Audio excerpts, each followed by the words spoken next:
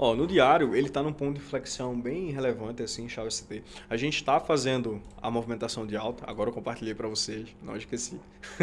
Aqui a gente está tendo a movimentação de alta para XAUSD e a gente está sendo negociado num ponto de inflexão, né? Que é praticamente essa região de supply que o preço tem aqui, ó, diária. Então aqui é uma região de oferta e o mercado está fazendo uma constante mitigação dessa região de oferta. Testou uma vez, testou duas vezes. Mas percebam que o fluxo interno aqui para Shao, tanto esse fluxo interno quanto o fluxo macro, é de alta. Tá? Ó, tendência de alta para Shao SD. Esse movimento que o mercado faz aqui é praticamente um pullback. E esse pullback está retestando uma região de oferta. Né? Então, naturalmente, a gente vai ter correções. Tá? E aí, o que é que acontece? O preço ele chega nessa primeira região de supply que a gente tem. Testou uma vez, não teve força suficiente para mandar o preço aqui para baixo e quebrar essa estrutura. Ou seja, isso mostra uma fraqueza nessa região de oferta. Tá? Então não teve força suficiente e o mercado continua fazendo um movimento de valorização. Isso significa que a força compradora, a força da demanda, ainda está no controle do mercado. Né? Se a região de demanda ainda está no controle do mercado, a gente tem que observar compras ou vendas. A gente tem que observar compras. E a maior probabilidade é que a gente tenha justamente a violação dessa região de oferta, tá? Vamos descendo, estou fazendo análise macro para micro com vocês aqui, tá? Ó, diário, a gente tem essa região de oferta relevante que ainda não foi invalidada, mas está sendo constantemente mitigada. O mercado vem, fecha ordens, vem, fecha ordens, vem, fecha ordens, tá? Olhando aqui, o que é que a gente tem? A gente tem a movimentação do pullback, movimento de impulsão, retração, continuação, tá? Com base nisso, a gente pode observar os pontos fortes e fracos do mercado. Quando a gente está observando a estrutura de alta, o que é que são pontos fortes? São os fundos do movimento. Então, todos os fundos que geraram a movimentação de quebra de estrutura são regiões fortes, são regiões protegidas no mercado. E todos os topos que a gente tem são regiões fracas no mercado, tá? Então, eles devem ser rompidos e os fundos são protegidos. Perceba que a gente está no movimento lateral aqui, ó, mas em nenhum momento o USD veio buscar essas regiões do fundo, tá? Ó, nenhum momento. Sempre quebrando os topos e sempre respeitando os fundos do movimento.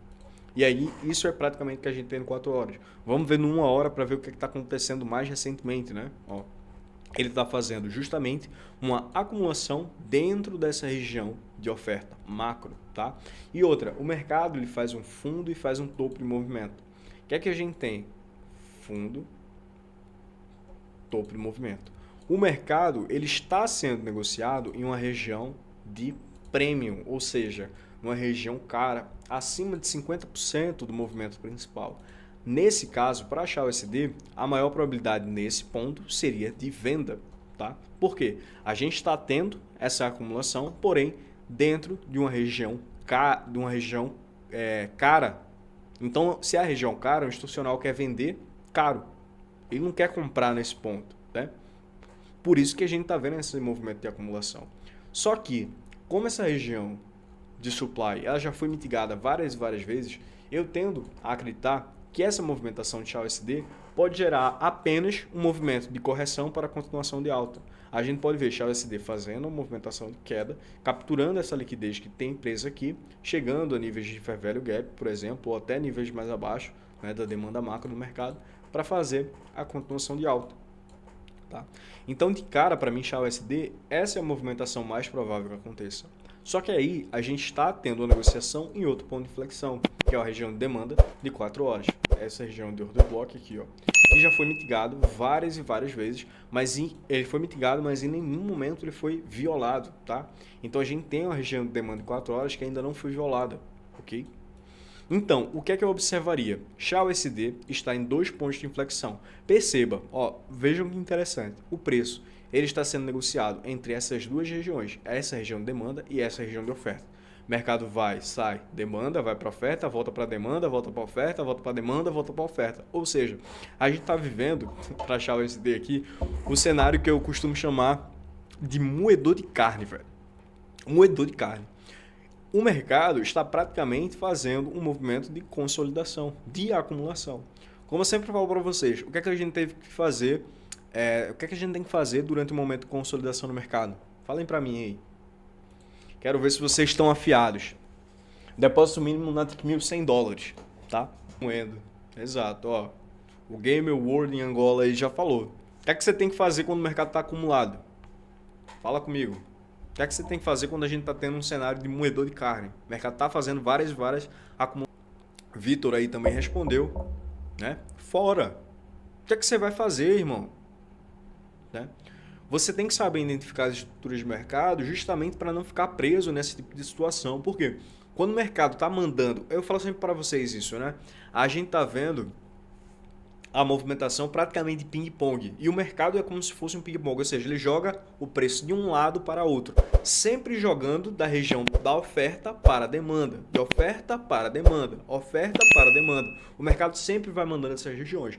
Só que existe um momento que a demanda ganha da oferta ou a oferta ganha da demanda.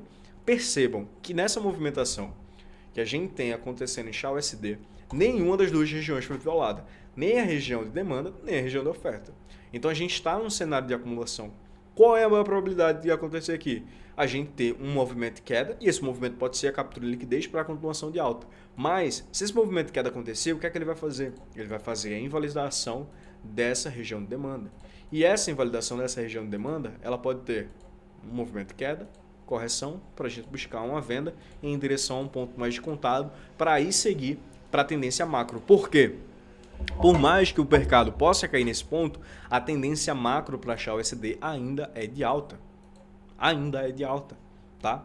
Então no diário, alta, 4 horas, alta, 2 horas, alta, 1 hora, alta, 30 minutos, alta, 15 minutos, alta, 5 minutos.